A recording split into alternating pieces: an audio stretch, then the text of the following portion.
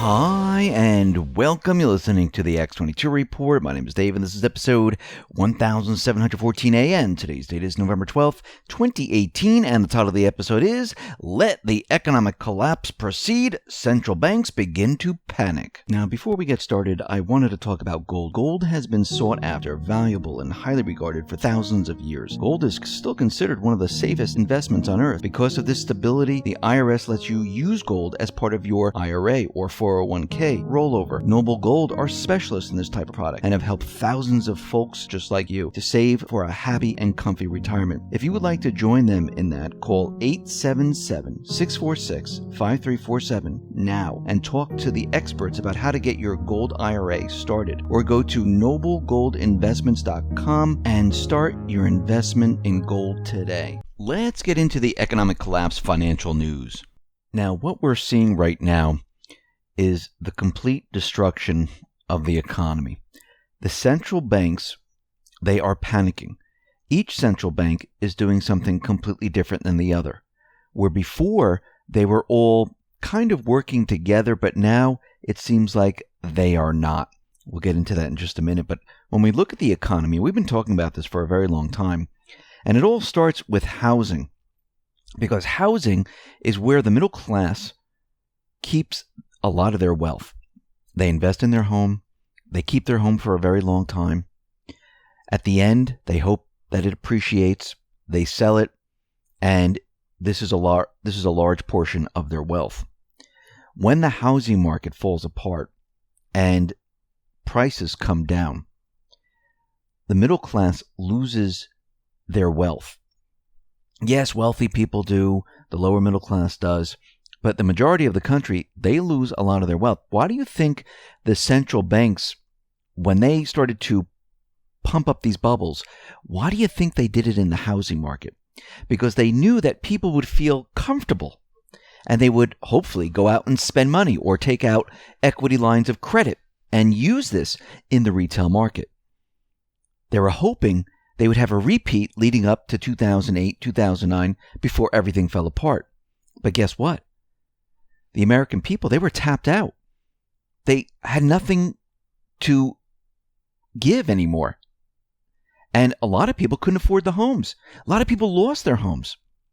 And they tried psychologically to make people feel like, oh, look, I'm wealthy because prices are going up. People didn't buy it this time. And this is why we see refinancing declining. This is why we see mortgage applications declining. And remember, when we were going through these stages, a lot of these purchases were with cash. Do you really think the middle class is coming up with $300,000, $400,000, $500,000, $600,000 in cash to purchase a home? No. These were speculators. These were foreign investors. These were hedge funds, investment companies. They were the ones purchasing the homes, keeping them off the market to drive the prices up. And what we're seeing right now is prices have gotten so high that in some areas like San Francisco, especially in California, many different areas in California, the average price of a home is $1 million. Now, if I go back a year, 2 years ago, where we started to report in different cities, prices were starting to come down. And again, everything doesn't happen all at once. And I think people can't wrap their brains around why this happens. Everything that happens in the market with real estate and other things, it doesn't happen altogether simultaneously. It's like a hurricane that hits.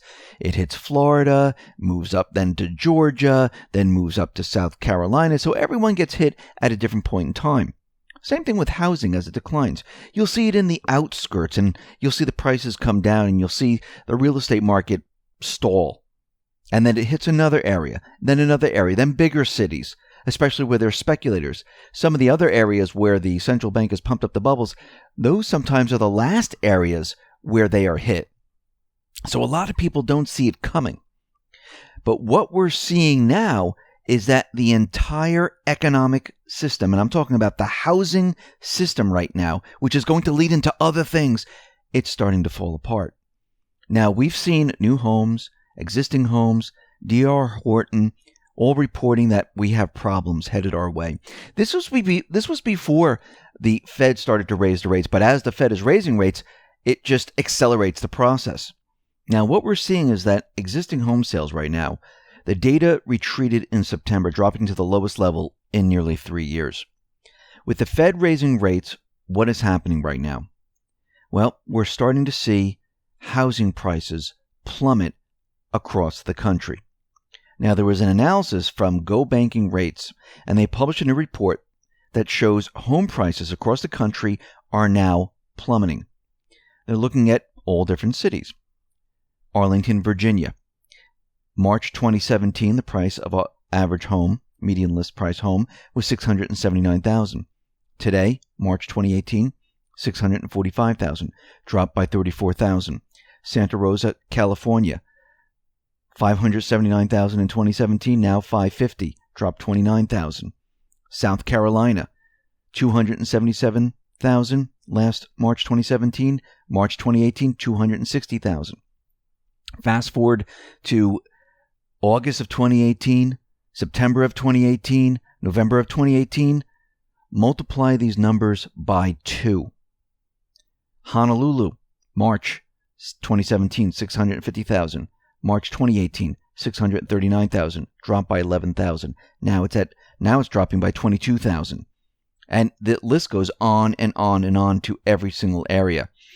And it's accelerating. Actually, around my area right now, a house just sold and they dropped the price $60,000 to get it sold.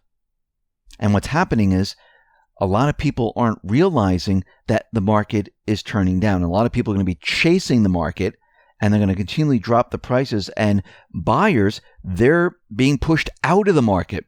Speculators right now, they're holding off. The system is collapsing. Remember that magic number that we're going to hit in 2019?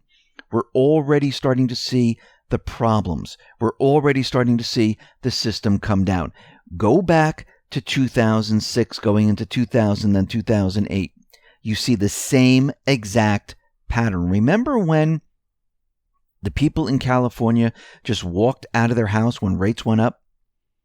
And then all of a sudden, traffic started to dry up across the country, especially those people that remember selling their houses at the time. You remember that traffic just all of a sudden came to a standstill. Now, did it happen in every single place at the same exact time? Of course not. But what happened was, for example, it started in New York. 6 to 8 months later, Florida was hit like no one has ever seen. Everything came to a screeching halt. You saw cranes all over the place. And guess what? They just stopped building. Buildings were completely empty. And yes, the central bank, they were able to pump up the bubbles, but they're all popping now. This is part of the plan. This is part of the plan right now, because think about what's happening here. The Fed is raising rates. What are the other central banks doing? The ECB, for instance. Well, the Eurozone, they could not borrow from the momentum of the U.S. economy in the third quarter. Their economic growth has slumped to a tepid 0.2%, the slowest rate in more than 4 years. So, with the 19-nation currency bloc beginning to stagnate, what's happening? Are they going to raise interest rates? No. They're at zero or negative. What do you think the ECB is going to end up doing? They're going to pump up the stimulus right now. But what is the Fed doing? They're tightening. I know the ECB talked about tightening. They can't do it. They're going to be doing the opposite of what the Fed is doing. Remember, I do believe that Powell was put into position to work with Trump to raise interest rates. And Powell was never an easy money Fed. He was going to raise the interest rates. Yellen, easy money Fed. Bernanke, easy money Fed. Greenspan, easy money Fed. What we're seeing right now is the plan moving forward. Why is the plan moving forward, and why is Trump out there blaming the deep state for the collapse of the stock market? Why is he out there blaming the Fed for the collapse of the economy if they keep raising interest rates? What is happening all at the same time? Well, remember, the plan is just not one thing. The plan is to go after the central bank, to go after those who are corrupted, to bring these people to justice. And all of this has to happen at the same time because they're all lumped into the same group. You have to show that these groups are interconnected. And that is what we are seeing right now. The central banks, they are in a panic right now because They don't want the system to come down. Remember, if one central bank is blamed, what do you think happens to the other ones? They're blamed too. And it leads all the way back up to the IMF, the Biz, the Rothschilds. That is the main goal. And when countries get on board and say, wait a minute, the central bank, they raised interest rates in the U.S., brought down the system, and other countries are going to say, you know something? We're in a huge amount of debt. This is ridiculous.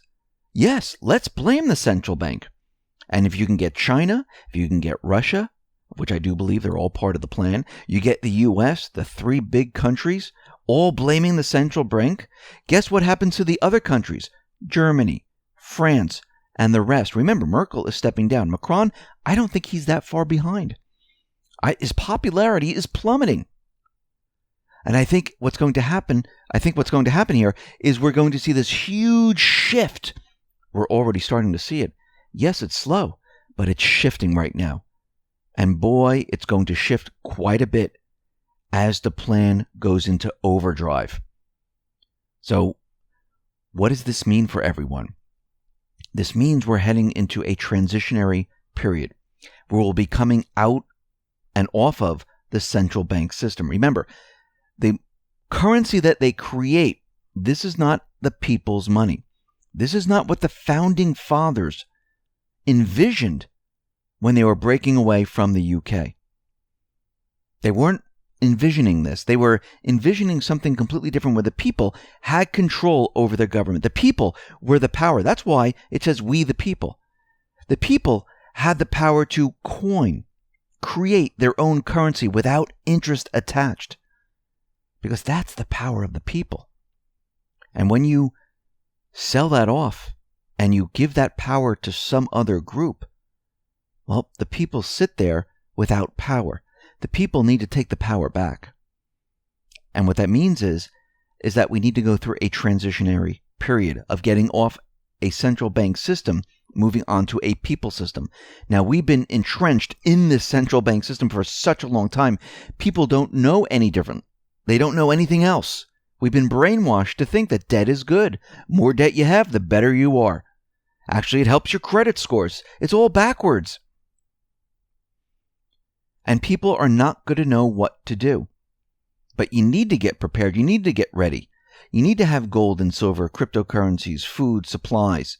Because once we go through this transitionary period, you need to weather the storm for a little bit of time here. A lot of people are going to get hurt. And a lot of things are going to happen. But the main thing that everyone should understand and realize is be prepared for this. Protect your wealth with real money. Not the central bank money. Because we're heading in that direction and it's going to reach us a lot faster than people think. Listen, everyone, thanks a lot for listening. Be well, be safe, and especially be prepared. Thanks a lot.